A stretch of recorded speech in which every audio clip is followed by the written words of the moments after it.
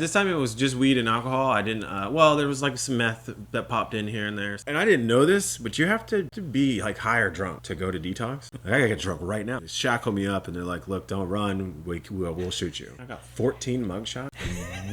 Only one, I'm sober. And don't do drugs. Welcome to The Recovery Idiot. Please like and subscribe and visit therecoveryidiot.com. Follow us on all the social media accounts that haven't been banned yet. The following contains explicit language and situations that some might find unsettling. Viewer discretion is advised. This looks like an ad for the Aryan Brotherhood.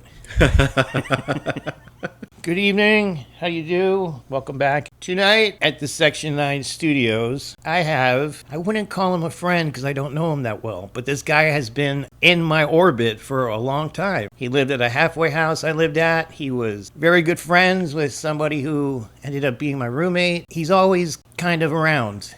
And he happens to be a juggalo. The amount of juggalos that have entered my life in the past 5 years is just mind-blowing. But I've never actually heard his story. I've heard him speak, and he did a literature night at my home group, and it was great. Thing is, literature doesn't usually keep the asses in the seats. When we have newcomers from meetings, they need to hear the crazy stuff. They need to hear I can relate to you. Because those guys, they don't care about a big book. They're not going to pick one up. The only hope we have is to say something crazy enough that they can relate, and that makes them stay. And I had a quote from the big book about how the message must carry depth and weight, but I forgot it. I will get a picture of it and put it up, because having a message that has depth and weight is how we get people to stick around. So RJ, Sir. I first met you when you were living in a halfway house in Stewart. How did you get to Stewart? My name's RJ. I'm an alcoholic. I was born in Southern California. Grew up in the Valley for a short time. Ended up in San Diego, bouncing around from school to school. Mom never really stayed in one place at once. She's a mother of two. Took care of us both. Then when I was 13, we ended up in Stewart, Florida. That's how I made it to Florida, as we all moved out over here. Damn, you were here that young? Yeah, I went to high school here. So my first drink was when I was 14 years old at a buddy's house. And then a couple months later, we got a bottle. We drank the whole bottle, ended up throwing up. So that was my first real experience with alcohol. Looking back, I would, you'd think that I would have noticed that there was a problem because I didn't stop drinking until I ended up getting sick. I stopped drinking until I turned 21. When I turned 21, I picked up drinking again. A lot of different things that happened emotionally, which set the curve for my drinking. From 21 till about 30, it just progressed and progressed. Different drugs came in and out. A lot of alcohol, a lot of lost jobs as a server bartender. I finally hit a wall in 2019 where I was going to be homeless for the first time, and it was probably the worst it had been so far, my alcoholism and addiction. And I went to do the Dunkin program. Can you explain a little bit what Dunkin is? Because not everybody knows the insanity of the place called Dunkin. So I don't want to... You don't have to badmouth it. Just I don't want to use the word cult per se, but it's definitely no, I want to use the word a cult. faith-based program.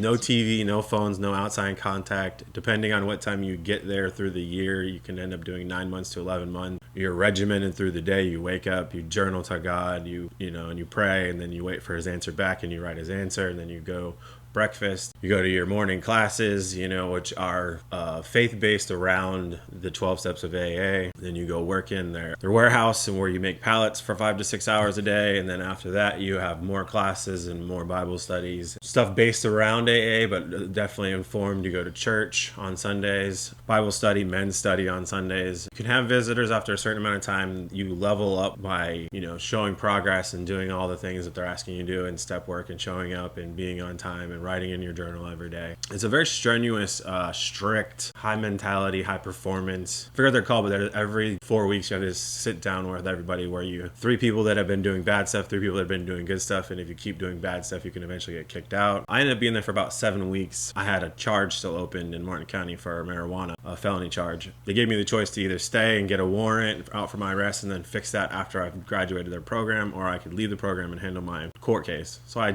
opted to leave it because I thought it would be kind of stupid to go ahead and go and get a warrant out for my arrest and then end up having to deal with this charge later. I ended up at Artesian, where I think I met you. And I stayed sober when I left. I didn't relapse, but I went from Dunklin, stayed on a buddy's couch, and then I went to Artesian, stayed at Artesian. And then I ended up relapsing at Artesian. So just a quick question. When you're at Artesian, did you have a sponsor? I did. I don't remember his name. And It sounds like a real good connection. Yeah, it wasn't a good connection. It was definitely... But were you actually trying? We worked the steps really, really fast. I don't think that I got anything out of it like I was supposed to when you work the steps. It was definitely 2.5 weeks and I was done with all the steps. I don't remember writing a really big inventory or anything like that. I didn't stay in contact with him. I didn't text him every day. I didn't call him every day. And once we were done with the steps, I never did anything again with him. I did do the 90 and 90, or like 120 and 90, but it didn't keep me sober. And I ended up relapsing for a couple of days. That was pretty crazy. Because I didn't relapse on property, I came back to Artesian, started again, did never get a sponsor, never sought out a higher power as they suggest in the steps. Staying sober for like 4 months. My daughter reached out to me the first time I ever had a relationship with my daughter. And then I went to Ohio the day that I got out of court. I was supposed to report for probation. And I went straight to the airport instead of reporting to probation and went to Ohio.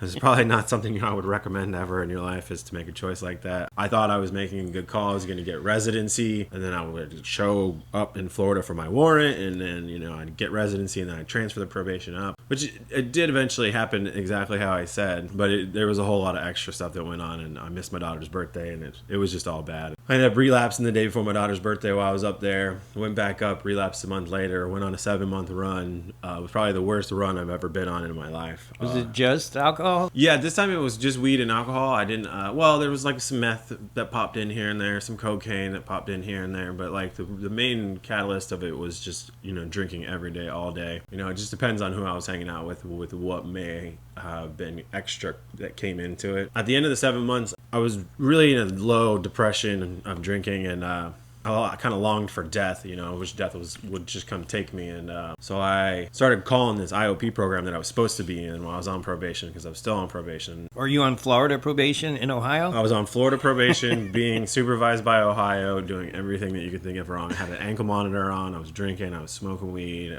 not calling, checking in. This probation officer lady probably hates me and remembers my name to this day. Where in Ohio is it? Small little town of Medina. The Medina Bees is the high school. What's it by?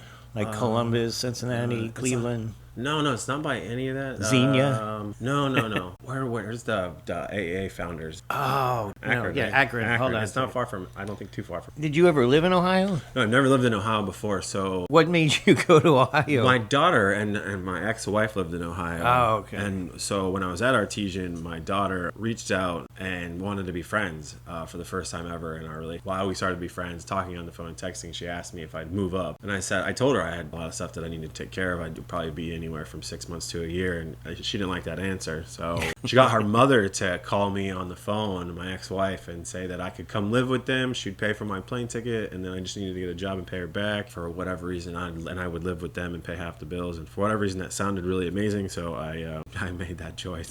And I don't necessarily know if I could say that I regret my choice, because I learned a lot through the lessons that I created, but I made the choice anyway. So you're at Ohio, and that's when the 7-month run is going on? Yeah, so the 7-month run, I'm starting to have pain on my insides, but I'm just drinking it away. All kinds of other stuff is going on. Losing jobs, gaining jobs, losing jobs. And I reach out to an IOP program that I'm supposed to be involved in. I'm trying to get a hold of the lady that runs it to tell her, I feel like I'm about to do something really stupid, take my own life, or I don't know, run into traffic or something. She sends this guy. He's the first time he's ever been in peer support. I'm his first client ever, which sounds weird because you're like, oh, you don't know what you're getting. Dumpster fire on top of fire, kerosene, and I'm a bottle deep of vodka in. It's 10 o'clock in the morning. The guy asks if he can come over.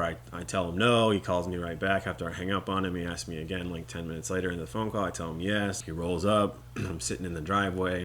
I'm living in the basement of these people that I know that are really great people. And I mean, really loving people, that I met through a job that I did have at an Applebee's waiter bartender. They were on vacation in Florida.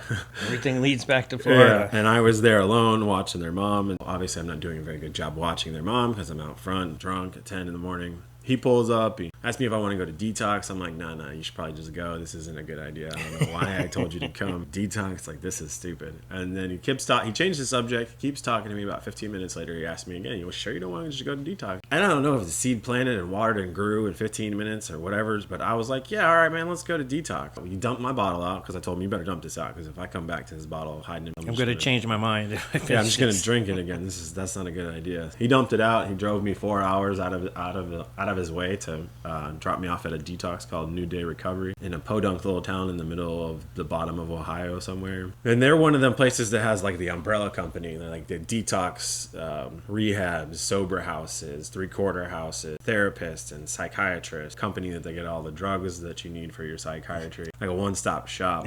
So I go to their detox, and I'm in there for like, I don't know, 7 days, just hurting. Life's just not good, sweating, trying to go to these little groups. And yeah, they're talking about rehab right away. What do you want to get you into rehab? We can get you into our rehab. We can get you into another rehab. And then somewhere in the middle of this, like, they got me approved for Medicaid in Ohio while I was going through all this. So the Medicaid covered the detox, and so then I went to their rehab, and I was doing really good. This is a 30-day rehab, and I was doing really good, and I got COVID halfway through the rehab, and I got 2021. So it's like COVID was still a big deal. So they separated us off, me and this guy in this room, and we couldn't leave the room, and we couldn't go to the groups, and we couldn't do anything. And they're trying to keep us in a good mental frame. This guy leaves 2 days in. He doesn't want to stick around. So now you're basically in solitary confinement. You're locked up. And in a rehab, not gaining anything that I would need to actually get a good solid recovery underneath my feet to understand what I should be doing. I graduate the program after like 3 days of getting out of quarantine. I go to their halfway house. I leave a week later. Like, they got me a job. I was working at a steel factory, building railroad,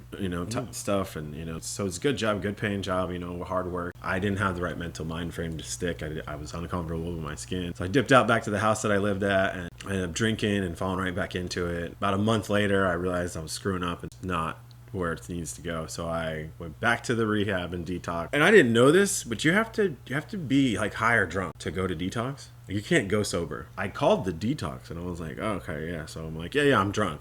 Yeah, definitely way drunk. Totally sober.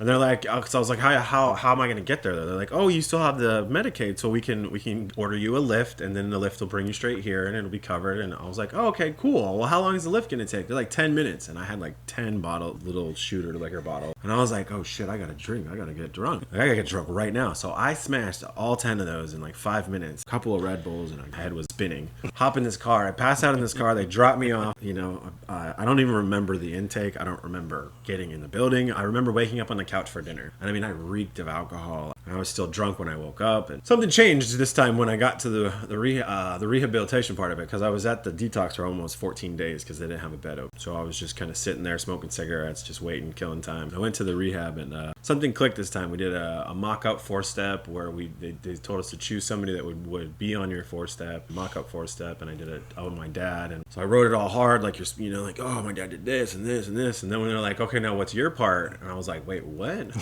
Wait, what do you mean? And then they explained it. So then I wrote out my part in it, and it really outlined and made a better understanding. So it's like in that moment, even though I didn't talk to my dad, I started to forgive my father for all the things. And I wrote a letter to my daughter, apologizing to my daughter. And I mean, I never heard anything back, but they told me don't expect anything. Write the letter so you can start the healing process. When I came out, I had 2 things going for me. Is I really wanted sobriety at this point in my life. I didn't want to go back. And I felt a calling to be in that kind of an industry and help other people, and want to be selfless and show people the way to walk through it. So I ended up realizing that I had the warrant out for my arrest for that charge that I had been fighting along with. And then, so I turned myself into Martin County Jail sober, and then did the 9 months in the county on a year. I just want to give you credit for turning yourself in sober, because I have never been arrested sober. And I'm pretty sure I would have a heart attack or a stroke if I got cuffs on me sober. Every one of my mug shots, I can tell you what drugs I was on when I look at it. I cannot imagine having to turn yourself in sober. Oh my God. That's what I've got 14 mug shots. One, only one, I'm sober, and it's that one.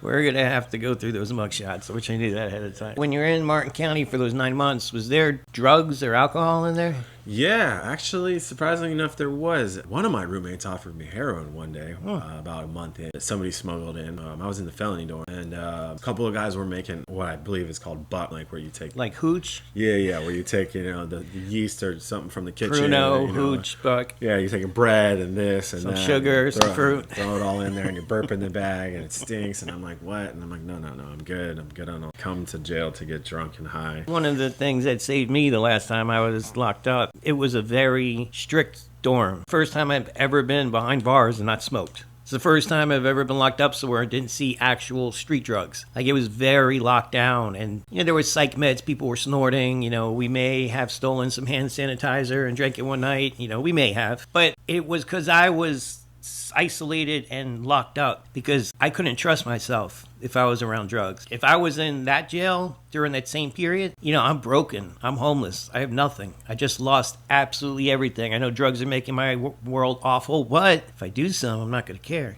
I might have stumbled into that. Going the 9 months without getting high is amazing.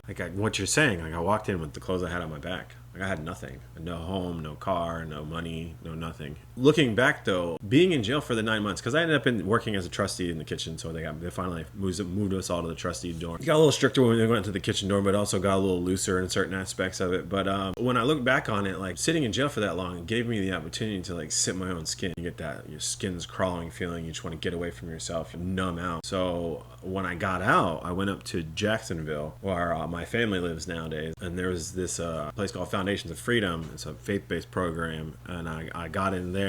They did the intake, and it was like real lax, like the house leader came out, he sat down, introduced himself, shook my hand. The owner came out, did the intake, and then was finished with the intake, and he's like, I gotta go do some errands, and then he left, and then the house leader's like, all right, I'm gonna go to bed. So they just left you? Yeah, in the living room, free reign. Like, I'm like, okay, there's a liquor store around the corner, there's a whole plaza of things, like, there's no restrictions. They're just like, oh, you're good, okay, have it. And they didn't check any of my baggage. I mean, not a bad thing. It was very trusting, and they knew my mom, so it was like they were just trusting me, and I just came from jail, so what was I really going to have? Well, once they all went, and I was sitting in the living room alone, I had this calm feeling come over me, like, I'm going to be okay. This is going to be okay. Like, I don't know what's going on in my future, but I know that I'm going to be okay because I'm not crawling out of my skin trying to run. I know how to fake it till I make it, you know what I mean? I know how to wear a mask and make it look good. So I was like, all right, well, this is what part of the time this is because I don't know what's ahead of me. And so we're going to meetings 3 or 4 times a week. We're going to CR, Celebrate Recovery, AA meetings. We're going to church on Sunday. They're having us do all these other things with the church. We have house meetings every Sunday where we all eat together and talk about stuff and, like a brotherhood and singing Kumbaya. Obviously, at first it was like, what is this? They hug a lot. I'm like, touched. I got a bubble and I get out of my bubble. And I really didn't like it. I was not happy about having to go to any of it. But like I said, I fake it till I make it. So I was on time. I did everything I was supposed to. I was showing up to the church and about 5-6 weeks in, then it just hit. Like, I get to do this. Like, I get to be present in my own life. I get to work this program. So everything just changed. I no longer felt like I had to do anything. I got to do things. I get to work my sobriety. I finally got a sponsor. Right around the time I got a sponsor, they made me a house leader, and I got promoted at the Dollar Tree I was working at to a manager. So I took on all this responsibility all at the same time while I was trying to work my 12 steps. It blew up in my face fairly quick. I stepped down from leadership. I didn't relapse, did nothing crazy, but like I had to step down from leadership, take something out of it because like I needed to finish my steps. I needed to get a bearing on what I was doing job and all these things. And about 2 months later, quickly built a resentment for the owner about my side of the street. So it's like, obviously I need to work these steps because I'm not doing anything right. So finally, after I work my steps, then he wants to sit down at the same time. And in the conversation, and I just saw it clearly, it's like the sea parted and I could see exactly what my part is. So it was the beginning of a new journey for myself in taking pride in what I do and ownership in my life and, making wrongs right. And so I started to make all my amends, and I got put back in leadership, and I started to run a house, and I started to help guys in their sobriety program. I got promoted again at my job at Dollar Tree to a full-time manager. And, this was my process. This was my life for about 2 years. It really gave me something different to be able to 12-step on a daily basis, because every time that I was at home, I was on the clock technically, even though I was just in my room or I was just kicking it, smoking a cigarette. Like, I was on the clock. So if anybody needed help or they wanted to talk, and I can use my experience, strength, and hope in moments all day long with different guys in different variations of their program, whether it be 1 week, 90 days, 6 months. So it really became something of a learning experience. At one point, I used to like wear a little badge of honor, like, oh, I'm helping these guys. Where's my gold star? And finally, it hit one day where like, this is a gift, and I get to be a part of their sobriety. And as small as or big as it is in their sobriety, it's a gift that I'm getting given by my higher power to help them along their journey. And I shouldn't be wearing a badge of honor for it. I should be appreciative of the fact that I get to do this and I have this opportunity, and I'm allowed to help another person, another human being, find the same peace and serenity that I'm finding in my life today. So you fast forward, I came down to see your roommate, a friend of mine still, and we both had our own journeys. When we were at Artesian, she fell off, I fell off, we fell off as friends. She got sober, I got sober, we became back together as friends. So I came down to visit her for a weekend, and then she ended up introducing me to this wonderful woman. Oh, God. Yeah, you would think that... There you go. I wasn't looking for love. I wasn't searching. You know what I mean? I wasn't out there being like, where's this woman of my dreams? So it's kind of funny because like me and the woman would joke about it. All these guys that she knows are whacked out of their mind and not even good looking, And I was like, oh, I'm going to meet one of her junky little friends. Like, here we go. Like, I don't even want to do this. Let's just go to the beach and hang out. Why do we got to meet this person? And then it was like star-crossed lovers kind of thing. And like we branded, we introduced each other, and both of us were like, whoa, okay, wait. We ended up hanging out at the beach all together, and then we ended up going to a meeting together, and we ended up hitting it off really good. I ended up kissing her that night and asking for her number, and asking her if she wanted to go to lunch the next day before I left town. We sat at an Outback for 5 hours. We didn't even eat. We had like a half a blooming onion, and we both had a water. And I had money in my pocket, so it wasn't like I couldn't afford a lunch at whatever she wanted. But we were just so back and forth in conversation and wowed by each other in this 5 hours. And so finally I was like, I gotta go home. I can't just throw my life away and throw it down the tubes for this woman right now, because that's not the answer. I give speeches to everybody about not getting into relationships and recovery, because the way I look at it is our brains have been reset. We have these new feelings again that we didn't have before, and I did the same thing, and I met a girl, and it was amazing. She was the best thing I ever met, and we would go to Dunkin Doughnuts and sit there and talk for hours. We would walk around the halfway house neighborhood for hours and hours and hours, and it was like, this is meant to be. All this happened in my life, all this happened in your life, so we could meet here and start a life together. And it's only stepping back. I look at myself now at that time period, and I was technically homeless. I was missing half my teeth. I just got out of jail again. I don't have a license. I don't have a car. I am such a piece of garbage, but this girl thinks I'm the best, so what the hell is wrong with her? And I definitely see that perspective on it, But don't get me wrong, it's 5 years. We have a special relationship because we broke up. Our time apart, she was able to work on herself. We're completely different people than we were then. But because of us being separated, it works. You at least had some time before you did it. But it's these kids that come in with 2 weeks, 30 days, and then I'm going to move out with her. It's going to be great. You two are in this place because you are both incapable of running your own lives. And now, because you meet each other, you think it's going to work. Yeah, no, I don't disagree. And this is where I thought, like, because another one of our mutual friends, he's like, I like this, but it's good that you guys don't live in the same area. So we did a long distance relationship. We talked every day. We were transparent. We were intentional with everything. I had wanted to move back down, and not just because of her. Like, I wanted to be back down in this area. I felt like I have friends that are like family, and in Jacksonville just wasn't. Even though I love my family, up there, I just. Where did they live in Jacksonville? They live in Oakleaf. So it's on the far west side. I lived in Mandarin, and then I lived downtown. Jacksonville is just huge. It's huge, but it's different. Yeah, it was. It's a war zone in some places. It's just gradually gotten worse. I don't know if you've ever did time in Jacksonville, but oh my God. Like, thank God I didn't. No, I've only done time in Martin County, and thank God for that, because I've heard war stories about the Jacksonville jail. I'm in the county, and I only have 18 days left, and they shipped me off to the prison farm. It's my first time going out there. I'm on the bus, all chained up, going over there. Strip us down, shave our heads, in a line of 50 guys, all completely naked, getting our heads and beard shaves. Shave my head, I'm okay, but shave my beard, oh my God. This is different. And I walk into my dorm, and it was like walking into a pool hall, the smoke that was in the air, because everybody was smoking.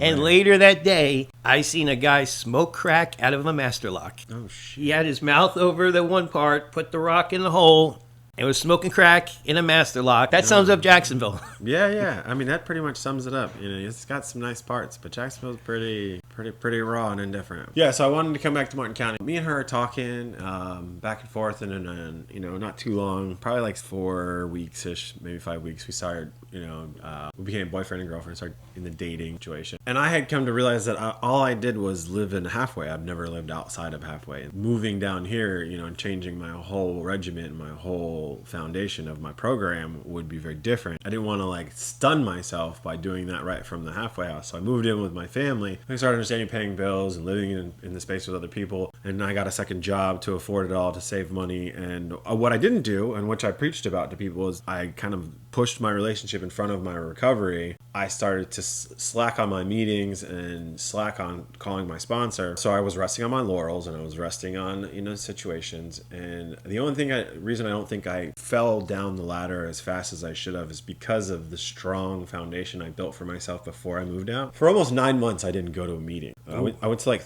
6 maybe, and I didn't really talk to my sponsor, and I wasn't really in contact with people in the program, you know, except for like a close friend that was up there. So everyone you knew probably just thought you fell off and was out getting drunk. Well, they knew I wasn't, because I was in contact with just enough of them and like seen them just enough to where they knew that I was sober. And I was living with my mom, so my mom knew I was sober. And so it's like, I was talking to my girl, that's now my ex, unfortunately. You know, and so she could start to see certain things, but she knew like my whole, and this was my goal. When I got down here, I was going to get into meetings. Martin County's got a great recovery community and strong. So I was really excited because I know how strong it is. And when I got down here in February, I didn't get into meetings. I didn't get into finding a new sponsor. I didn't get into service work. Everything that I said I was going to do, I didn't. You know, I'm backsliding. You know, I'm in that 3-step area before you pick up a drink, you know, where it's, you know, mental, spiritual, and then you actually physically use. So I'm somewhere in the middle of that. You know, character defects are starting to come up, and I can't see it, and I don't notice that I'm treating her a certain way. You know, in that way that I'm treating her, you know, it's I'm taking her voice. I'm kind of turning situations on her. You know, she's in the program as well, and so it was one of them things where she had to choose. Now, she didn't fall out of love with me. It wasn't so toxic like that, but she had to make a choice that she was going to break up with me because this wasn't going to work and I wasn't seeing myself. And she tried really hard with blatantly telling me about myself. So we broke up. Now we're living together. You know, so obviously, you know, I wasn't gonna have her go somewhere else or take any of the stuff that we bought together. You know, I tell her, you know, like, you keep the apartment, I'll figure out somewhere to go. And, you know, fast forward to Sunday, if that was Friday, fast forward to Sunday, we had another conversation. I still didn't see my part, and I even slipped and said something to them, you know, when she's like, yeah, we both have stuff to work on. I was like, yeah, you got stuff to work on, you know, maybe you need therapy or something like that. And just infuriated her even more, not knowing that I was still doing it. Sunday night, something small, it kind of just sent her over an edge, but she was still very sweet and kind-hearted. She never yelled at me, but she told me about myself, and she's telling me she was hurting too and all these things. And, you know, we had, you know, so I heard her. I immediately broke down into an emotional state and, you know, dropped some tears because I realized that I was you know, like, I seen it all. Like, it opened my eyes and I'd seen all the different moments and how I had treating her. I realized that I was the reason that our relationship was ending. So it really destroyed me. About an hour later, I had talked to somebody on the phone that brought my brain back, you know, brought me back. Not all of me back. I hadn't gone to a meeting yet, but he was a mentor of mine when I was up and brought my brain back. And I went back home and I made a very heartfelt, immediate amends to her. And we had some good conversations and some stuff going on. I moved out as fast as possible.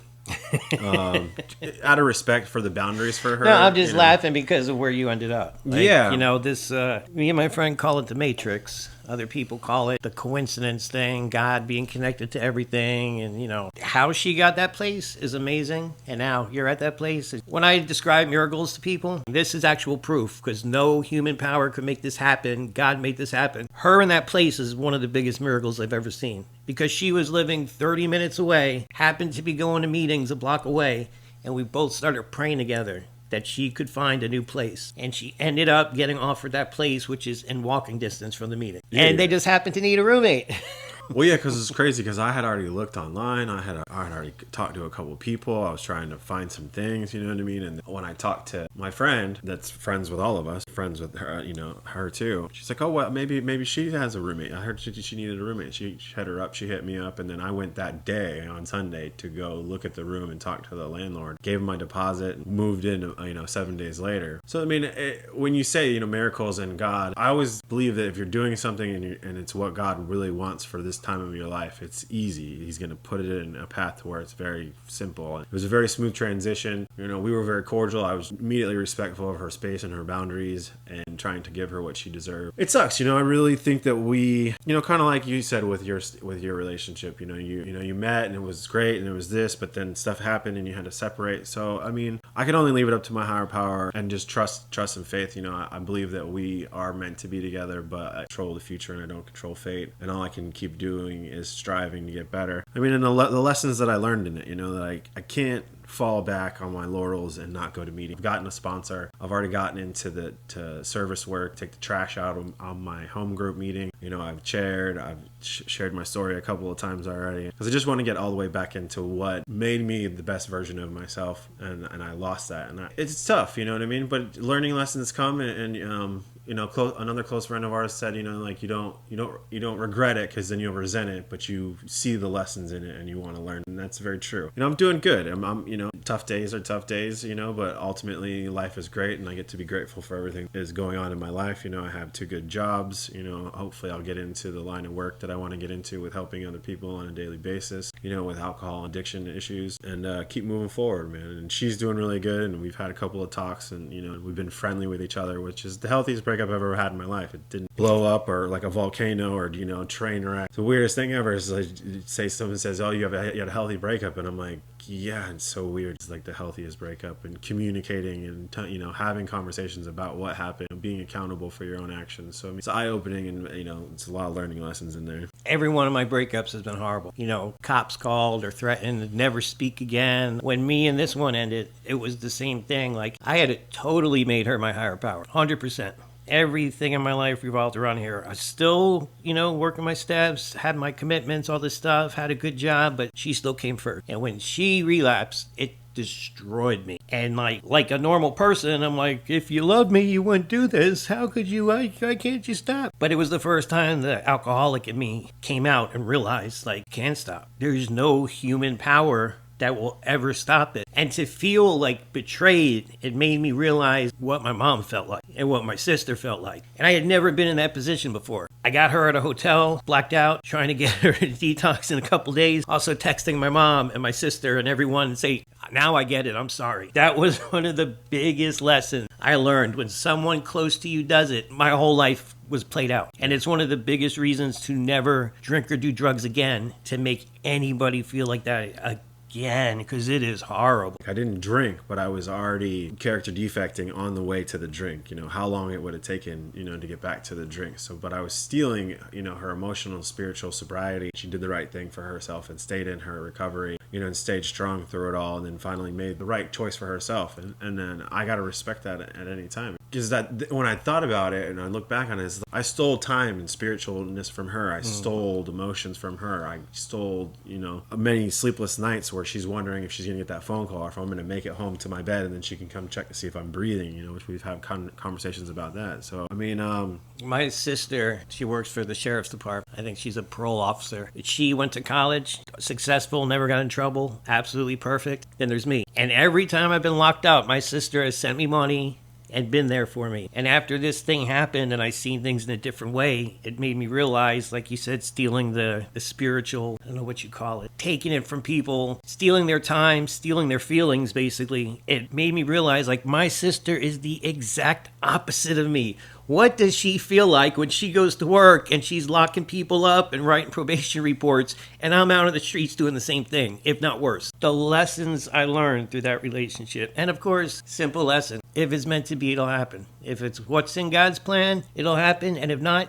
something better is going to come along. I've seen it play out for other people. I've seen it play out for me. The best thing I ever did was step away and let us both work on ourselves. One of us took a little longer, but not judging. The healing process of anything, like what you were saying about your sister. Well, mine was more my mom than my sister. The emotional scars that I caused too, like I healed faster than my mom. But my mom was healing, but like she was worried, like I'm over here doing it. I remember one time she called me and she's like, "What's going on? Where are you at? Why are you not at church?" And I was like, "Oh, I wanted to go to this meeting before church and I couldn't pick up the phone up because I was at the meeting." And she's like, "Well, what's going on? What's going on?" And I was like, "Oh, nothing. The only thing that's different in my life today is you just got off a cruise ship and called me and I'm on my way to church right now and I'm okay and I'm sober." And in that moment I realized like I have to be gentle with the people that I care about, that ran through my life with me, that stayed even though they had to go arm's distance sometimes and get far away from me, but watch me, as I had to realize that their emotional journey in my sobriety was going to take them longer to heal than I was healing real time.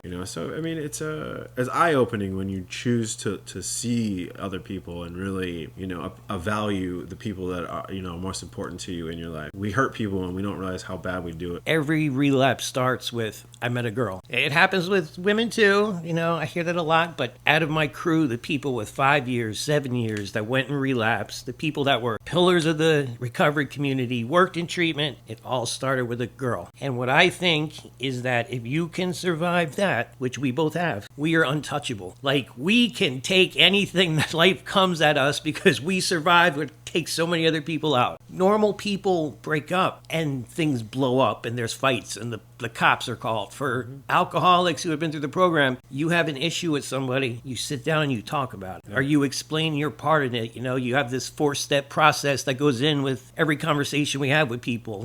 I don't want to do it, but sometimes I get in a fight with my boss. And instead of just, F you, we walk away. I have to say, look, I blew up because of this. And I'm sorry, I'll try harder. Using the program in normal everyday life that gives us an advantage over normal people. I think the 12 steps, it gave me a secret code. Like once I really understood it, really put the work in, it gave me a secret code to life. Like a video. You got that left down, right up, baby, like where you can pause.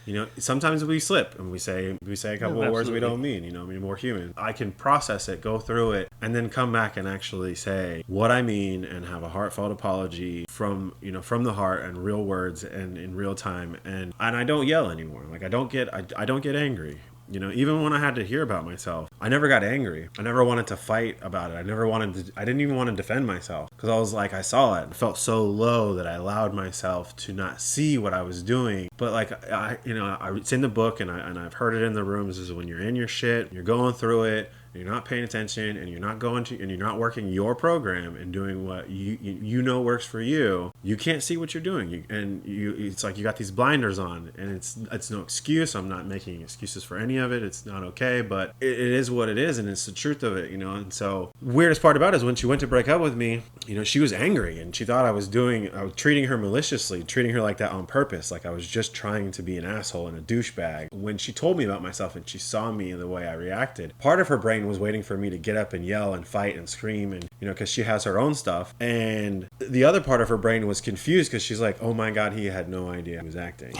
So I'd imagine that for a person, when you're sitting in that situation, if I could try to put myself in her shoes, it's like, well, I'm angry, but you had no idea. Oh my god. So it's definitely weird, but to be able to step back and process the whole situation and see the good sides in it for everybody. I think for the first time, somebody didn't fight with her and scream and yell and try to blame her, so maybe that will let her know that there are good people out there that aren't going to just try to blame you and twist it, be narcissistic about the situation. I've learned a lot about myself. If I can take situations in my life and learn from it and see the positive outlook on it, and twist it in a way where I can become that much of a better person, in the future. I think this is the healthiest way we can live. That's why I say I feel like I've gotten a cheat code from 12 Steps. A guy who was speaking the other night, he said it in a way, this book gives you an advantage over everybody else in the world. Even if you were sober and you worked the step, you can become the most successful person.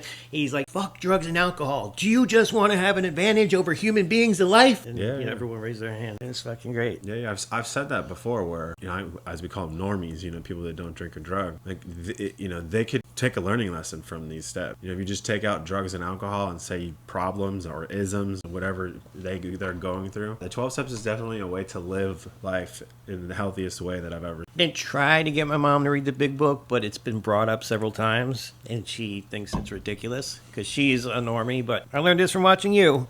When my mom gets upset at someone or has a fight, she just cuts them off, never talks to them again. And I did that my whole life to people. And because of this program, I look back and like, oh, wait a minute, that was wrong. And I explained that once in the video, and then my mom watched it. And she said, I'm not talking to them again. Yep. It's like, that's the point. But do the same rules apply for non-alcoholic? So who knows? Maybe it's okay for people to cut people off. I used to do that. That's how I was. My best friend, when I was like 14 or 15, I broke up with this girl, and he stayed friends with her, and I didn't talk to him for years because I was like, that's it, I'm betrayed. It was the stupidest fucking shit. But my whole life was like that. I get mad at you, I run away. I ghost you. Yeah, ghost you quick. Like, we were ghosting before ghosting was a thing. Yeah, just oxygen by. Like, did you have Marshals come get you? Yeah. So twice. How does that get glossed over? When I went to jail in Ohio the first time, they weren't Marshals, but I had to be escorted by somebody. So in Ohio, they have 10 days to pick you up. Once you get sentenced and you're on an extradition, you have 10 days to pick you up. If they don't pick you up on that 10th day, they release you from jail. So they no longer have the opportunity to get you. And so both times that I got picked up, it was the 9th day. The first time it was two huge guys working for this company or whatever. They shackled me up and they're like, look, don't run. We'll shoot you. That's pretty much how they said it to me. And I'm like, man, I'm not running. I'm in shackles. Let's just go. 21 18-hour van ride. They drove you? Straight down. Straight down. We pit stopped at like two different jails. To pick up more people? Yeah, scoop up more people. And then we're talking about like it's a mini caravan van that was outfitted, basically a lockbox on the inside. And then they had one other area that was locked off in case they had a female and male. That way you couldn't interact. So straight down, so I'm shackled the whole time. I'm trying to sleep. I couldn't pee in the bottle because I couldn't get in the right position to pee in the bottle. I'd pee all over the place. It's just utter stupidity. I look like a stuffed pig laying on my back on this bench, waiting for him to slam on the brakes so I'd fall over. Really nice guys. And then split off into another car when we got to Jacksonville. And then one guy had to go into the Panhandle, and then the guy I hopped in a car with, old cop car outfitted still with everything. And we rode down to Martin County. From Jacksonville, Martin County, that's like, what, 5 hours? 5 hours, yeah. So 5 hours. But he's letting me smoke. He uncuffed me. He's probably good. I don't know the name of the company or anything. He's letting me smoke. I'm lighting him through the cage. I don't have my shackles on. He's just telling me to keep my hands down. Shackles me up when we get there. Takes me in. I do 90. I go back up. I break the probation, blah, blah, blah. I turn myself in. So when I turn myself in, I didn't fly down to turn myself in. I turned myself in back to Ohio. Oh, God. And that's where the second extradition comes in. This guy rolls up, ex-military, looking like a Navy SEAL, older guy, and they call me in. And I'm like, oh, where is he? They're like, oh, he wants you dressed and ready. You're taking a plane. And I was like, oh, sweet. Okay. That's what's up. Yeah. Come to find out, they tacked all that on the back end of the whole case. I think I owe like $6,000. So wait, they charge you for the flight? Yeah, they charge you for the extradition. They locked that onto you, or at least I believe so, because that's why it was so high. Because it was marijuana. I mean, it sounds like something they would do. But we flew. You bought me a Subway sub. And was flew. it like a private plane? No. I was commercial. So they make these hoodies specifically for like jail, like these transfers. So the hoodie, inside the hoodie, the shackles come through into the pocket. You know what I mean? So your hands are inside this hoodie pocket to try to hide it from normal people. Because you're walking through, so they take your feet shackles all the way off, so you have no feet shackles on, and you're shackled, and so this hoodie's going like down past your butt, and then your hands are in. They tell you keep your hands inside, so they can't see the chains, and you're walking around in this hoodie. And this marshal, he's full vested up and whatnot. And they got no idea what you're doing. And the only people that know about it are the pilot and the steward, people that work the plane. I sat on the inside. He gave me headphones. He let me eat my food real fast, and then shackled me back up, and then plugged me into the thing. And then we went on a flight with movies, so I was watching movies, and he was taking a nap, and I couldn't move, so I couldn't get out. But yeah, it's crazy. It's straight bonkers. And I heard war stories about getting extradited, where you go to stay at a jail, and you stay at another jail, and then you can come out with a black guy because you can't fight back because you're going to catch a charge in that jail. Not like a personal friend, but somebody I know was charged and ended up getting in a fight where he was at, killed a guy. He goes to his original court date. He's found out guilty. Oh no. So this guy could have gotten out and caught a murder charge in between. And since then, he's just gone off the rails and I think he's killed like 2 or 3 people just out of his mind. But, Oh, no. like jail, people sometimes think like, oh, county's not that bad. Like everyone who's in prison did time in county. Like we're all the same nut jobs, and you could be with somebody, they might have a weed charge today, but they might have just did 15 years, or they got some bodies and nobody knows about. Like county is unstable. You don't know who you're dealing with, and at any second things could get bad. And they'll take it to cell 1 or whatever cell it is where you can't see the camera. Or the shower.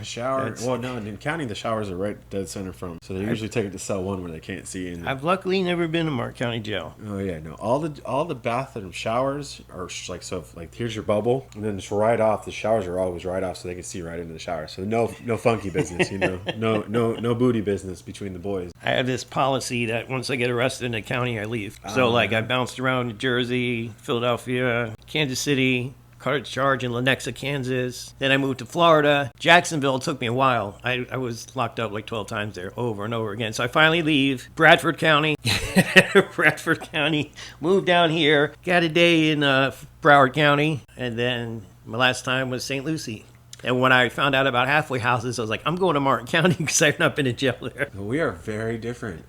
So the only reason that I've been arrested in Medina, Ohio, is because I was on probation for Florida and they were watching me. So really, like, I don't count Medina as being arrested because they were arresting me for Florida, for Martin County. I've only ever been arrested in Martin County. Every arrest that I've ever had in my entire life, from I think it was 25 all the way till 2021, was Martin County. And Martin County just doesn't play around when it comes to anything drug related. It's not a high crime area. There are some spots where there's crime, but it's not like a Jacksonville place. No. So when it comes to drugs, they take it serious because there's a lot of rich people in Martin County that don't want to hear about drugs and overdoses and stuff, and they will put you in prison for small amounts of anything. It's a zero tolerance. Literally zero tolerance. So 9 of my arrests are marijuana charges. I got a DUI. A couple of disorderly conducts, stuff like that. I mean, there's nothing crazy that's in my record. And the felony is just 1 gram of liquid marijuana, the little e-pens that you have. Martin County is still, I don't know if they're now, but back when I got arrested in 2018, it's not decriminalized here. So they hit you with a felony when you have it.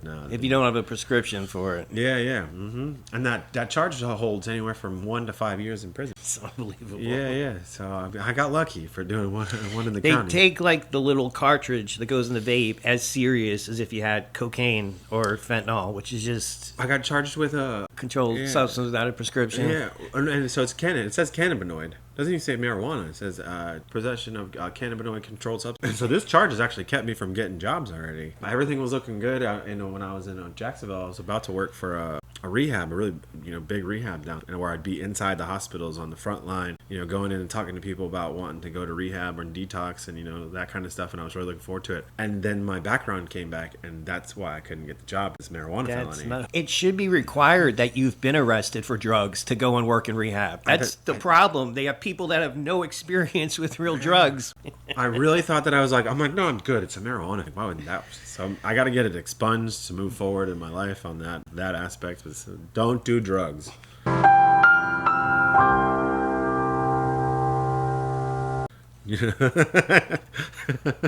Well, that's the whole point of all of this. Well, get into the big book, but you have to not do drugs first. I know some very good lawyers down here, so when you need help, there's a lot of good ones in the program. You know who you are. I know 2 of you are watching. There's somebody out there. They might be smoking crack. They might have just shot some fentanyl and got Narcan and still want to get high. If you could give anyone a message to change their life, what would you say? Stop what you're doing right now. Just stop. Pause. If you don't want to hurt anymore, you don't want to emotionally hurt and go through the mental anguish and the physical pain that you've been going through, how many years you've been in your situation, just pause long enough. The 12 steps work. Going to detox and rehab, it worked. My life is 100% different. And all I had to do was pause long enough to let myself try a different way. It is simpler. It is easier. I have a life that's so good today that I'm blessed in so many ways. I have a daughter. I have a relationship with my mother. I am, healthy. So just pause and give it a shot, because what's your other choice? Jails, institutions, and death. That's what I keep hearing. Yeah, which I did both. Jails, institutions, and I didn't do death, but I got close. Well, this is amazing considering I thought I was going to die about an hour and a half ago. That sucked. Yeah.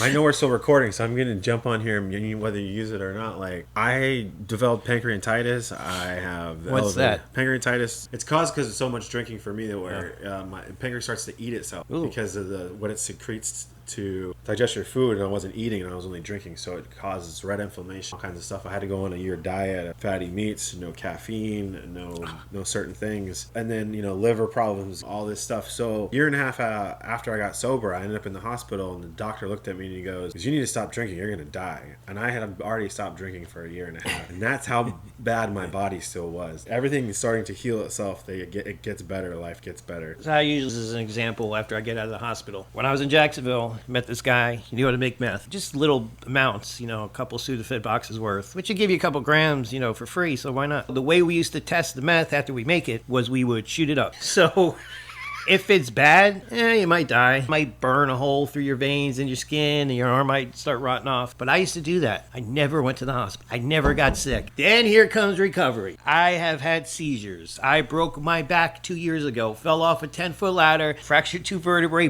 blew my ankle out, which is still destroyed to this day. I stopped taking my blood pressure medicine, went to a meeting at Artesian and thought I was having a stroke, went to the hospital. I was about to have a stroke. Oh my God. Because my blood pressure was so high.